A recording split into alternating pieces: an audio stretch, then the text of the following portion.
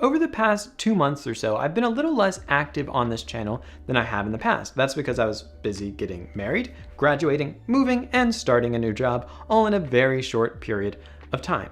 But in that time away, I had lots of time to reflect. And one of the things that I found myself coming back to again and again was this feeling that something was missing, that I was truly just craving this thing that was not in my life at the same capacity as it was before.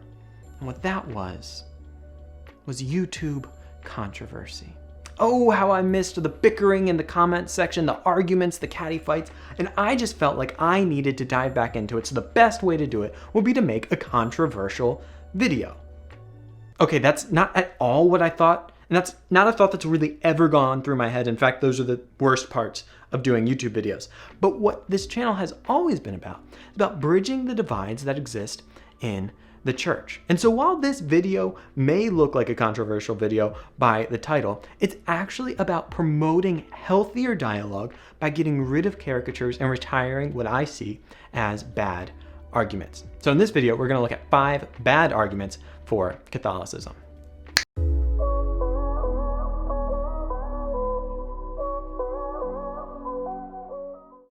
Well, hey everyone, what is up? Welcome back to my channel. My name is Austin and it's so good to be here with you today. And this video is brought to you by my patrons who give so generously to help this channel keep going and growing. So if you would like to support this channel, go to patreon.com/gospelsimplicity to get all types of fun perks like access to Gospel Simplicity Inside Circle, a monthly book club of Gospel Simplicity patrons where we go through classic Christian texts together, and it is a blast. I would love to see you there. The first book is on the cosmic mystery of Jesus Christ by St. Maximus the Confessor.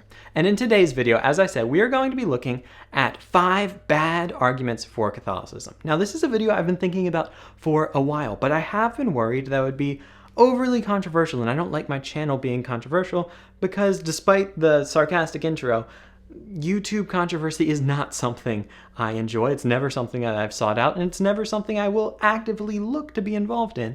But I do think this is actually a really important video because I think in order to have better dialogue, we have to look at what are the bad arguments that are keeping us from healthy dialogue. Now, a quick caveat at the beginning of this video is that I want to point out that I'm not making this video because I don't think there are any good arguments for Catholicism. In fact, if anything, it almost comes from the opposite. I do think there are good arguments, and I just think we should focus on those, that the bad arguments are keeping Catholics, Protestants, and Orthodox from coming to the table with substance, with being able to have deep conversations about the issues that actually matter. Now, I'm a Protestant, so most of these bad arguments are going to be arguments focused on making Protestants Catholic, but I'm sure there are arguments that would apply to Orthodox or non-Christians as well that would be very interesting, and you're welcome to leave comments down below. But with all that being said, let's jump into it. The first bad argument for Catholicism goes something like this: John 6, therefore Catholic.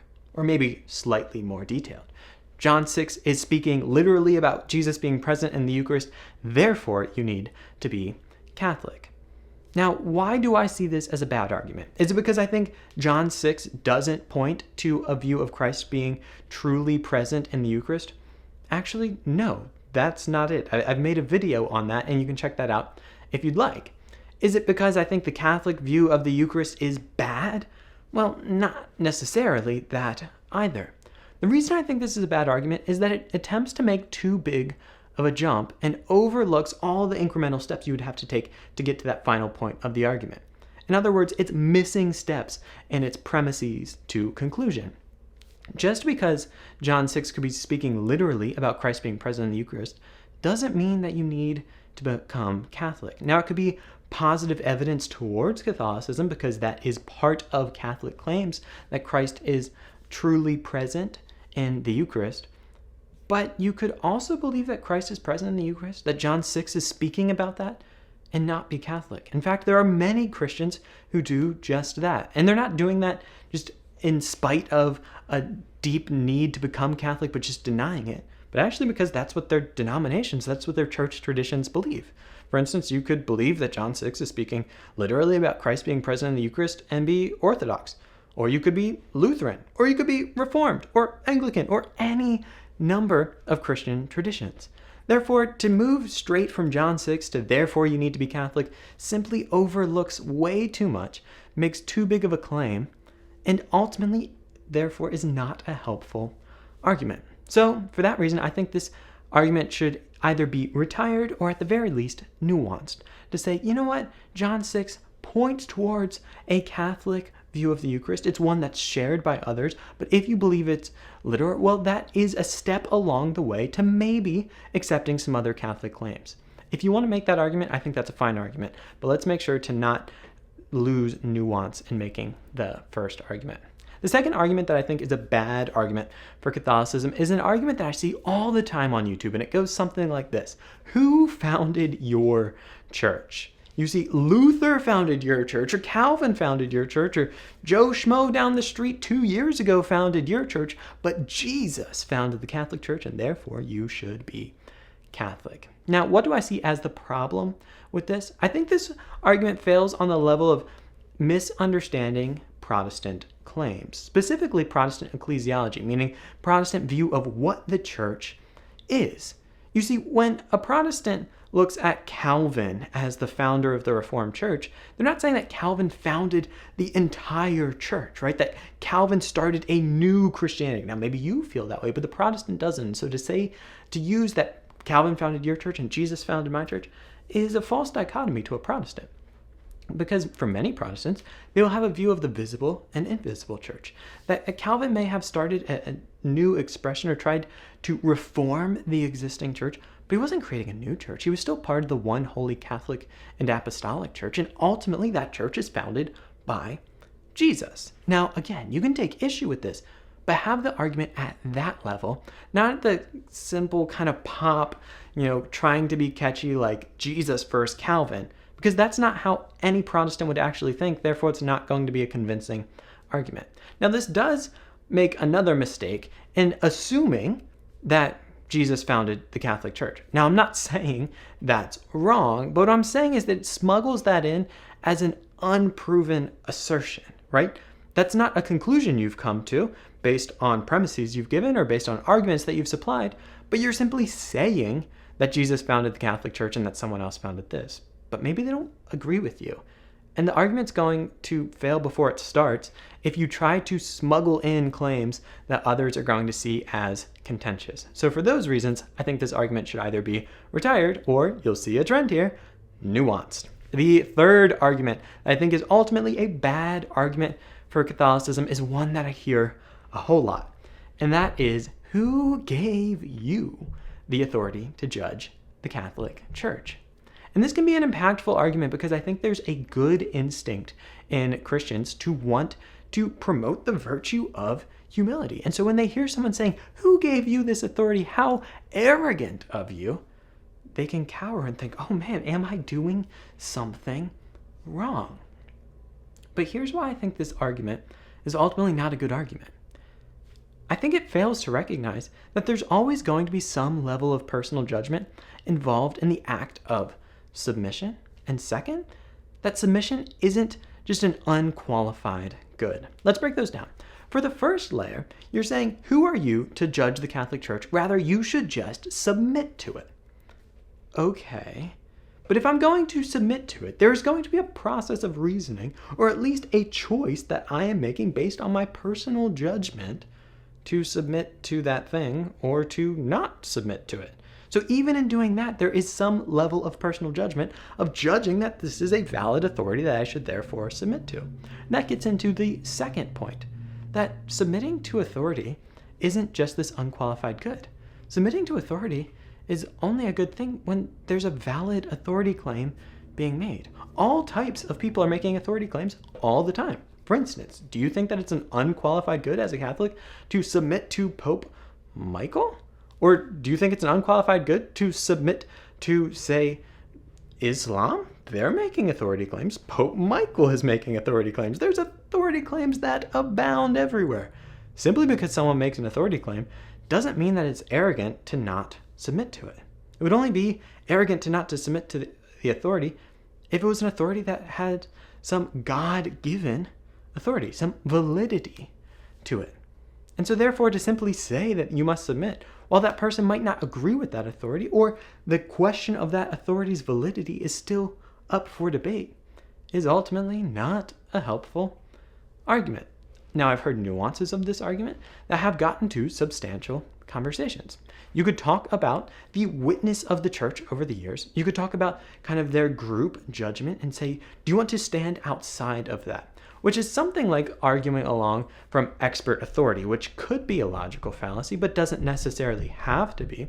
You could say that all of these, say, doctors believe this thing. Are you going to go against them? Now, they could be wrong, but going against them would put you in this place of seeming to have a greater maybe burden of evidence. So you could make the argument that way if you wanted, but simply asking who are you to judge the authority of the Catholic Church, you just need to submit or you're arrogant? Well, not only is that a bad argument, but I think it can be uncharitable and very unhelpful to dialogue between Catholics and Protestants, or Catholics and any number of people. So for that reason, I think it should be either retired or substantially nuanced. The fourth argument that I think is a bad argument for the Catholic Church is one that might ruffle some feathers. And that's okay. I'm not out to do that, but if it does, I understand and I'm happy to talk about it a bit in good faith. And so this is the argument that just makes blanket claims to all the church fathers agreed. All the church fathers said, the unanimous consensus of the fathers, without necessarily giving any limitations to what you mean by that. And the reason this is a bad argument is because it makes too big of a claim that's too easily undermined. Now, you could say that when I'm talking about the unanimous consensus of the fathers, I'm talking about, on balance, more than not. I'm talking about 70%. I'm talking about 80%. I'm talking about to not have this would be an outlier. Okay, those are better arguments, right? Because you're placing some limitations on what you're saying. But when people just constantly say, and I see it in the comment sections all the times of videos, all the church fathers said this or that, well, it's just so easy to go find one church father who might disagree. Now, there is a bigger conversation to be had also about maybe some circularity there. If we only define church fathers by people who agree with something, and then to agree with that is to say all the church fathers, it can get a little slippery, but that's a conversation for another time and not necessarily one I want to wade into right now. But my encouragement on this would be, if you want to make appeals to the majority of church fathers or to some consensus among church fathers, do so with some care and nuance. Because to say every church father believed in, say, infant baptism is just a recipe for someone being able to find one who seems to have a different opinion. And now you might say one church father, that's not that much. And it wouldn't be that much if you didn't go making a claim that all agreed, because suddenly that has been a little pin in that big balloon that was blown up and pushes all of the air out of the argument. So this is really just a lesson in choosing our words carefully, using nuance, and maybe not making bigger claims than we can substantiate. And the final, no video on bad arguments for Catholicism would be complete without touching on the most overplayed quote in all of Catholic Protestant dialogue. It is by someone who I think was actually quite bright, someone who is interesting, someone who I wonder what he would think of his quote being used ad nauseum in the way that it's used. And that is none other than Cardinal John Henry Newman. To be deep in church history is to cease to be Protestant. Now, in a dialogue that I hosted on this conversation, on this quote, but with Gavin Ortlund, Dr. Gavin Ortlund and Joe Heschmeyer, I think Dr. Ortlund brought up a really good point, that there's multiple ways you could take this. One is just kind of a description of reality. Like, there are no Protestants who are deep in church history, which to me just becomes this very easily undermined claim, right? Like, there are certainly Protestants who know a lot about church history. And when people can't accept that as just like a description of reality, to me, it points to either a great ignorance or just willfully mischaracterizing people. Like, I'm not trying to paint with too broad of a brush here, but when you see like these hordes of Protestants that have PhDs in church history, that know a lot about church history, to simply say that it is impossible to know things about church history and not be Protestant just seems blatantly false. Now, there's a second way you could take this, which would be that to be deep in church history means that you should not be Protestant, right? That there's some type of causal relationship that it pulls you in that direction, which is another thing that you could say. But again, we need to nuance that. And it also just doesn't always pan out. Unless you want to say that every Protestant who knows a lot about church history but hasn't left Protestantism is somehow doing so out of these malevolent intent or out of selfish reasons, like that seems really hard to then argue for. It seems like something that could be easily undermined, and it seems like just an unfortunate way to characterize so many people. And I hope that you don't feel I've done that in the way that I've characterized those who use this. I think for a lot of people who use this, it's kind of more of a rhetorical flourish. Just a nice quote. It's catchy, it sounds nice, it seems to pack a punch. Fine enough, but ultimately I think it hinders dialogue because it makes a grandiose claim that when push comes to shove just doesn't seem to be easily substantiated at this large level, whether you're talking descriptively or prescriptively. And for that reason, I would love if that argument was at the very least toned down in its frequency.